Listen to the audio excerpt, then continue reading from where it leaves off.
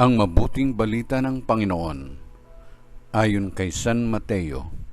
Papuri sa iyo, Panginoon. Noong panahong iyon, dinala kay Jesus ang isang piping inaalihan ng demonyo. Pinalayas ni Jesus ang demonyo at nakapagsalita ang pipi. Namangha ang mga tao at sinabi nila, "Kailan may walang nakitang katulad nito sa Israel?"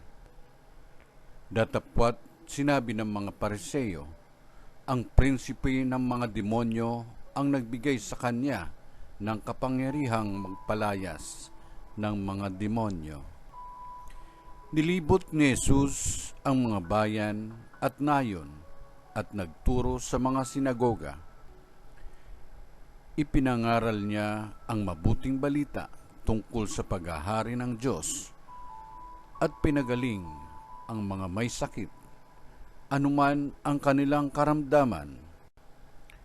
Nang makita niya ang napakaraming tao, nahabag siya sa kanila sapagkat sila'y lito at lupaypay, parang mga tupang walang pastol. Kaya't sinabi niya sa kanyang mga alagad, "Sagana ang anihin, ngunit kakaunti ang mag-aani. Idalangin ninyo sa may-ari ng anihin na magpadala siya ng mga manggagawa sa kanyang aanihin."